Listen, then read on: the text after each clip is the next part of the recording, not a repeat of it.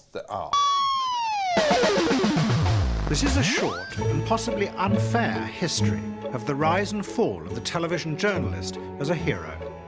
If you go back 50 years, television journalists were creeps, above all to politicians.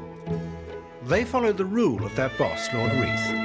The BBC, he said, is for the people. The government is for the people, so it follows that the BBC must be for the government. Well now, Mr. Eden, with your very considerable experience of foreign affairs, it's quite obvious that I should start by asking you something about the international situation today, or perhaps you would prefer to talk about home. When shall it be?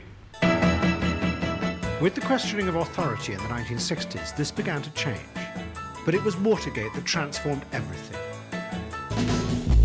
Two journalists, Woodward and Bernstein, exposed corruption at the highest level of the US government.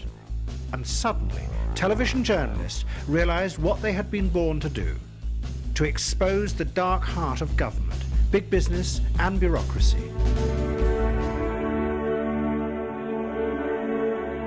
It was the start of a heroic age in which television journalists revealed the sinister forces that we couldn't see and those in power wanted to hide from us. Out of it came much great journalism.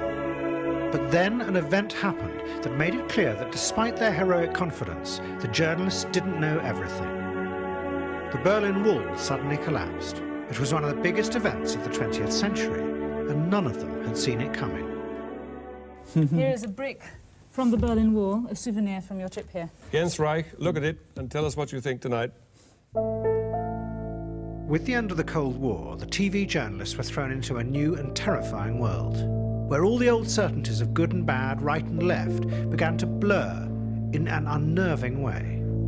And it destroyed their ability to tell us their simple moral fables. So as a way out, they came up with a new theory. They had actually been patronizing and elitist when they had lectured us about corruption in high places. Instead, all stories in future should reflect our experience, and attempts to explain why things happen were abandoned. A classic example was a new type of investigative journalist, Donal McIntyre. He set out to show what it was like to get mugged. He took his mobile phone onto the streets of Brixton. For 3 nights, he desperately tried to get it snatched, until finally someone gave him his story.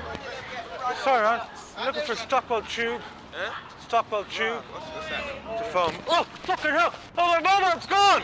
My mobile's gone! My mobile's gone! And as Donal cried, we knew that he was sharing our pain.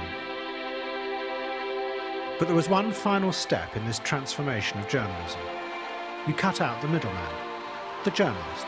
If you've got a story to tell, we'd love to hear from you. The email address, as always, yournews. Commentators, who are they? Well, they're you. Now, our presenters plead with us to send in our photos and videos. They proudly present it as a new kind of open democracy. But in reality, it's something very different.